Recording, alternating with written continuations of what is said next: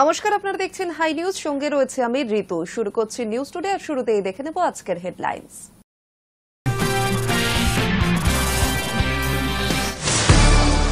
Group C নিয়োগ মামলায় জামিন পার্থ চট্টোপাধ্যায়, তবে মুক্তি নিশ্চিত নয় প্রাক্তন শিক্ষামন্ত্রীর। এখনো ঝুলে প্রাথমিক নিয়োগ মামলার রায়। নমস্কার, ভালো থাকবেন। সাক্ষাৎ না হলেও কলকাতায় সেনার কর্মসূচিতে যোগ দিতে এসে মুখ্যমন্ত্রীর প্রতি সৌজন্য প্রকাশ প্রধানমন্ত্রী। রাজ্যের মন্ত্রী সুজিত বসুর মাধ্যমে মুখ্যমন্ত্রীকে বার্তা পাঠান প্রধানমন্ত্রী। সন্তোষপুর স্টেশনে বিধ্বংসী আগুন, আগুনের জেরে বিঘ্নিত ট্রেন চলাচল, পুড়ে ছাই একাধিক দোকান। কিভাবে আগুন লাগলো খতিয়ে দেখা হচ্ছে। চিল্কিরহাটে ভয়াবহ পথ দুর্ঘটনায় মৃত 4, তাদের মধ্যে 3 জন একই পরিবারের সদস্য। চিল্কিরহাটের কাছে দুর্ঘটনাটি ঘটে, গাড়ি চালক সহ 4 জনের মৃত্যু হয়। ফের মেঘভাঙা বৃষ্টি উত্তরাখণ্ড এবং হিমাচলে, ভাঙল ঘরবাড়ি, ভাসল গাড়িও। অনেকের খোঁজ নেই, চলছে উদ্ধার কার্য।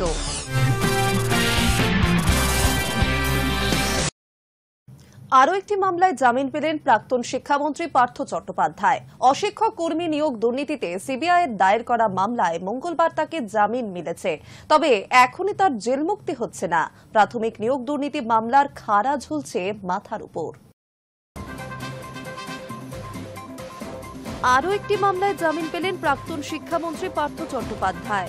অশিক্ষক কর্মী নিয়োগ দুর্নীতিতে সিবিআইয়ের দায়ের করা মামলায় মঙ্গলবার তাকে জামিন দেওয়া হয়েছে। জানা গিয়েছে, 90,000 টাকা বন্ডে পার্থ চট্টোপাধ্যায়ের জামিন মঞ্জুর করেছে সিবিআই এর বিশেষ আদালত। তবে এখনই তার জেল মুক্তি হচ্ছে না। প্রাথমিক নিয়োগ দুর্নীতি মামলার খাড়া ঝুলছে তার মাথার উপর। কলকাতা হাইকোর্টে সোমবারই তার শুনানি শেষ হয়েছে, তবে রায়দান স্থগিত রেখেছেন বিচারপতি শুভ্রা ঘোষ। সেই মামলায় জামিন পেলে তবেই প্রাক্তন শিক্ষামন্ত্রী কারাগার থেকে বেরোতে পারবেন বলে ওয়াকিবহাল মহল সূত্রে খবর। পুজোর আগে কি তা হবে? তুঙ্গে এই জল্পনা। 2022 সালে শিক্ষক নিয়োগ দুর্নীতি মামলায় ইডির তল্লাশিতে প্রচুর অর্থ উদ্ধার হয় তৎকালীন শিক্ষামন্ত্রী পার্থ চট্টোপাধ্যায় ও তার বান্ধবী অর্পিতা মুখোপাধ্যায়ের বাড়ির থেকে। এরপরই ইডির হাতে প্রথমে গ্রেফতার হন অর্পিতা, পরে পার্থকেও গ্রেফতার করেন কেন্দ্রীয় তদন্তকারীরা। পরে নিয়োগ দুর্নীতিতে সিবিআই তদন্ত শুরু করার পর থেকেও পার্থকে শোন অ্যারেস্ট বা গ্রেফতার করা হয়। সেই থেকে জেলবন্দি রাজ্যের প্রাক্তন শিক্ষামন্ত্রী। দুর্নীতিকাণ্ডে গ্রেফতারির পর তাকে দলের সমস্ত পদ থেকে সরিয়ে দেওয়ার সিদ্ধান্ত নেয় তৃণমূল। প্রেসিডেন্সি সংশোধনাগারে বন্দী থাকলেও এই মুহূর্তে শারীরিক অসুস্থতার কারণে বাইপাসের ধারে একটি হাসপাতালে তিনি চিকিৎসাধীন। বারবার অসুস্থতার কথা বলে জামিনের আবেদনও জানিয়েছিলেন তিনি। সদ্য ইডির দায়ের করা মামলায় পার্থ চট্টোপাধ্যায় জামিন পেলেও জেল মুক্তি হয়নি তার, কারণ সিবিআইয়ের মামলার খাড়া ঝুলছিল তার উপর। মঙ্গলবার অবশ্য সিবিআইয়ের মামলায় জামিন পেলেন পার্থ চট্টোপাধ্যায়, কিন্তু এরপরও এখনই জেল থেকে বেরোতে পারবেন না তিনি। প্রাথমিক নিয়োগ দুর্নীতি মামলার রায়দান স্থগিত রয়েছে। সেই মামলায় জামিন মিললেই পুজোর আগে প্রাক্তন শিক্ষামন্ত্রীর জেল মুক্তির সম্ভাবনা প্রবল। 3 বছরের একটু বেশি সময় কারা জীবনে ইতি পড়া এখন সময়ের অপেক্ষা। Hi news network. তফসিলি জাতি সম্প্রদায়ের মানুষদের জন্য শংসাপ্রাপ্ত প্রাপ্তির নিয়মে বড় পরিবর্তনের পথে রাজ্য সরকার। সোমবার নবান্নের রাজ্যকে তফসিলি শংসাপত্র দেওয়ার ক্ষেত্রে প্রক্রিয়া সরল করার প্রস্তাব গৃহীত করা হয়েছে। তবে মুখ্যমন্ত্রী নিজের বিশেষ ভোট ব্যাংক খুশি করতে এই নতুন প্রস্তাবে সায় দিয়েছেন বলে পাল্টা আক্রমণ বিরোধী দলনেতার।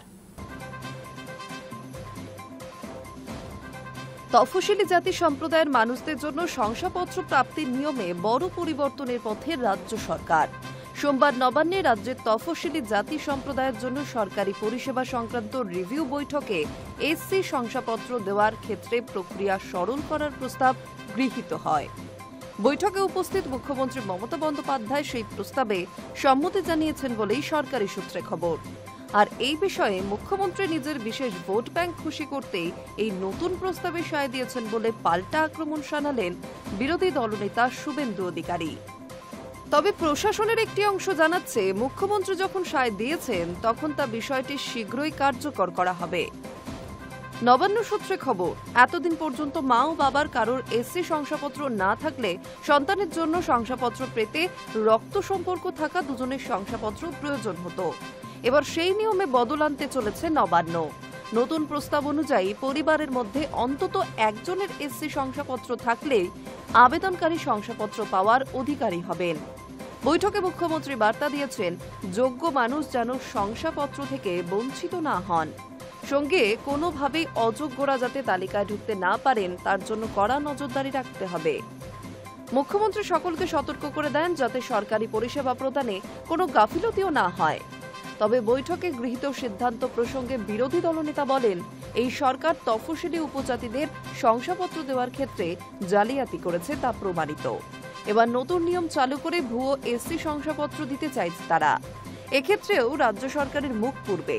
তিনি আরও বলেন, আসলে আগামী বছর বিধানসভা নির্বাচনের আগে মুখ্যমন্ত্রী রাজ্যের একটি বিশেষ অংশের মানুষের ভোট নিশ্চিত করতে চান।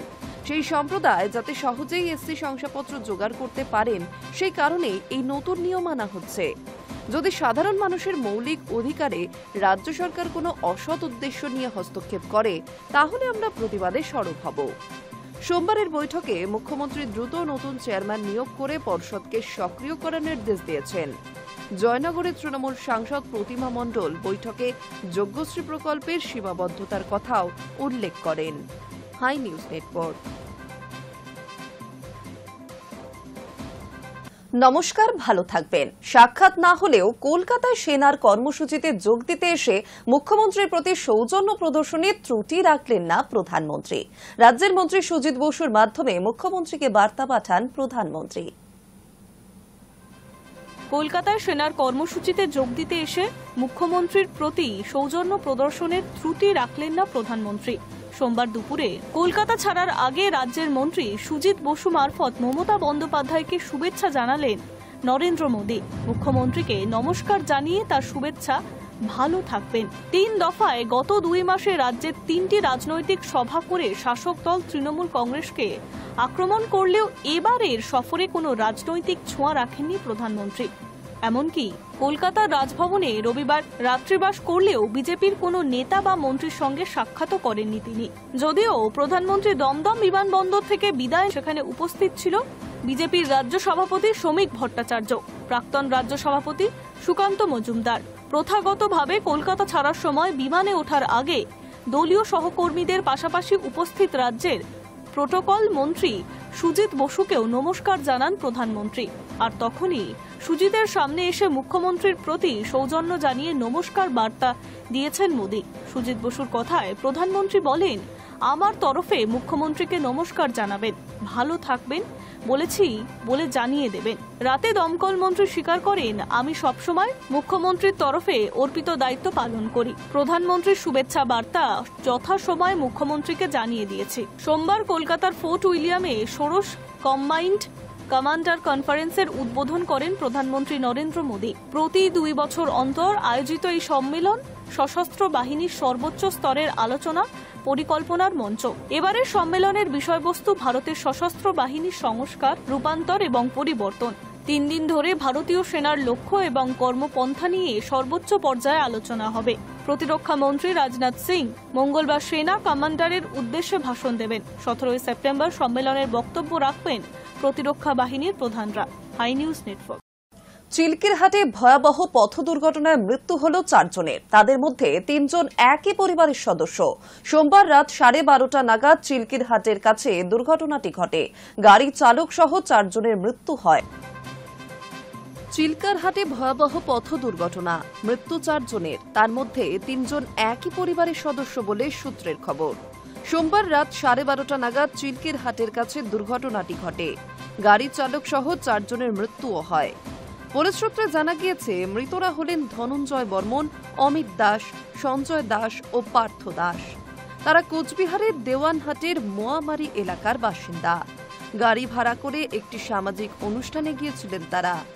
অনুষ্ঠান থেকে ফেরার পথে নিয়ন্ত্রণ হারিয়ে গাড়িটি রাস্তার ধারে নয়াঞ্জলিতে উল্টে যায়। গাড়িতে মোট 5 জন ছিলেন। মৌমিতা দাস নামের এক যাত্রী কাজ ভেঙে বেরিয়ে আসতে সক্ষম হন এবং প্রাণে বেঁচে যান।